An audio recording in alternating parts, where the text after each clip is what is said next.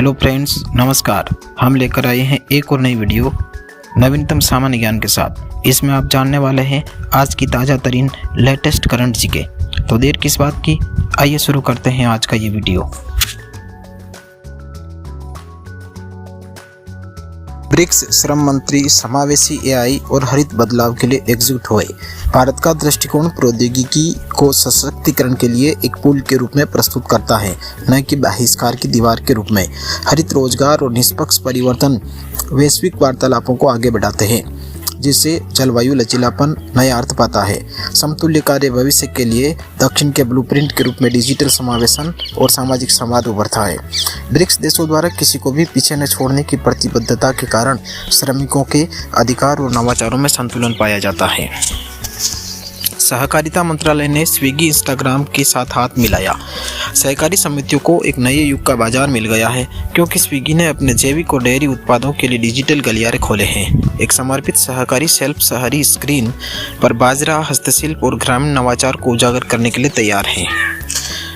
NICDC को उद्योग विकास पुरस्कार से सम्मानित किया गया। पलक्कड़ दक्षिण भारत का औद्योगिक प्रवेश द्वार बनने की ओर अग्रसर है तथा 1710 एकड़ का विजन आकार ले रहा है। केंद्र सरकार के ग्रीनफील्ड सिटी अभियान को नई गति मिल रही है, जिसमें नवाचार को कनेक्टिविटी के साथ जोड़ा गया है। ULIP और LDB जैसे डिजिटल धागे सभी क्षेत्रों में एक बेहतर, निर्बाध और लॉजिस्टिक भविष्य बुनता है।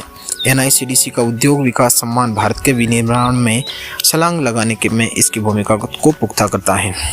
भारत की हाइपरसोनिक तकनीक को बढ़ावा मिला। 1000 सेकंड की सटीकता वाली ये उड़ान DRDO को हाइपरसोनिक क्रूज में महारत हासिल करने के और करीब ले गई है। हैदराबाद की नई स्कैम जेट कनेक्ट टेस्ट सुविधा भारत की सुपरसोनिक महत्वाकांक्षाओं को बढ़ावा देती है। राजनाथ सिंह ने इस उपलब्धि को महत्वपूर्ण हाइपरसोनिक क्षमताओं की दिशा में एक साहसिक कदम बताया। स्कैमजेट डिजाइन के धीरज परीक्षण में सफल होने के साथ ही हवा में सांस लेने के सपने वास्तविकता के करीब पहुंच गए हैं। आकाशवाणी ने इंडिया ऑडियो समिट और अवार्ड्स 2025 में 6 पुरस्कार जीते। आकाशवाणी ने India audio summit and awards 2025 में विभिन्न श्रेणियों में कुल 6 पुरस्कार जीते। रेडियो और ऑडियो कंटेंट प्रोडक्शन में उत्कृष्टता को मान्यता देने वाले पुरस्कारों का 3रा संस्करण कल रात मुंबई में आयोजित किया गया।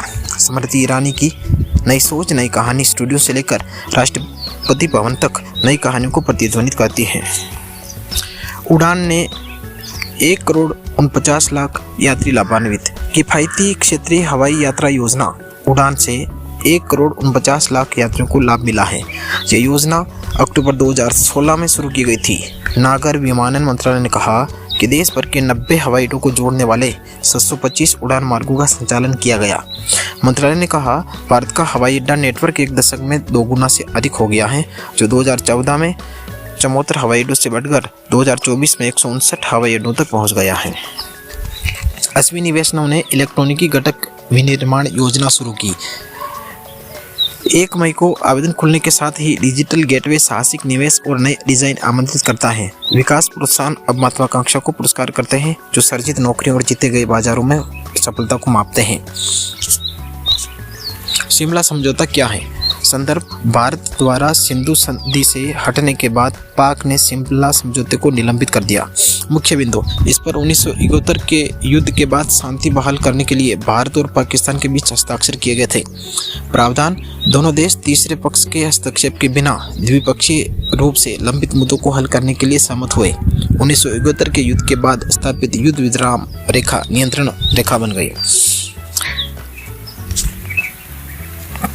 अश्विनी वैष्णव ने इलेक्ट्रॉनिक्स कंपोनेंट्स मैन्युफैक्चरिंग योजना शुरू की। उड़ान से 1,49,00,000 यात्रियों को लाभ मिला। आकाशवाणी ने India audio summit and awards 2025 में 6 पुरस्कार जीते। NICDC को उद्योग विकास पुरस्कार से सम्मानित किया गया। सहकारिता मंत्रालय ने स्विगी इंस्टाग्राम के साथ हाथ मिलाया। माफ कीजिए, इंस्टामार्ट के साथ हाथ मिलाया। हाल ही में आयोजित सैन्य अभ्यास एक्वेरिन भारत और मालदीव के मध्य हुआ। बोनो सागर नौसेना अभ्यास भारत और बांग्लादेश के बीच हुआ। वरुण नौसेना अभ्यास भारत और फ्रांस का था। अभ्यास sea dragon Bharat, America, Japan, दक्षिण कोरिया, ऑस्ट्रेलिया के साथ हुआ। इंद्र 2025 भारत और रूस का युद्धाभ्यास था। और डस्टलिक 6 भारत और उज्बेकिस्तान का सैन्य अभ्यास था।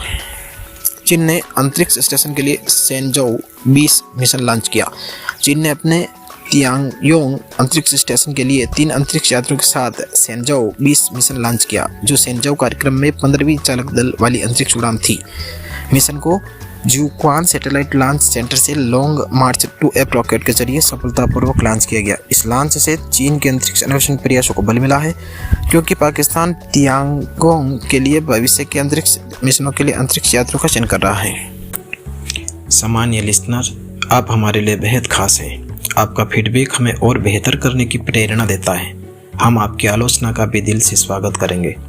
वीडियो को और अधिक उपयोगी कैसे बनाया जा सकता है, इसके लिए आपके बहुमूल्य सुझावों की प्रतीक्षा रहेगी। अगर आप किसी विशेष टॉपिक पर जानकारी का वीडियो चाहते हैं तो कमेंट करके बताएं। फ्रेंड्स, ये वीडियो आपको कैसा लगा हमें ज़रूर बताएं। हमारा आपसे अनुरोध है कि वीडियो को लाइक करें, शेयर करें व चैनल को सब्सक्राइब भी करें। हमारा और अधिक प्रयास रहेगा कि अगली वीडियो में आपको और उपयोगी व नई जनरल नॉलेज मिलेगी। इस वीडियो को पूरा देखने के लिए आपका धन्यवाद। हम पुनः हाजिर होंगे एक और नई वीडियो के साथ। अब हम अनुमति चाहते हैं। Goodbye, take care of you, all the best.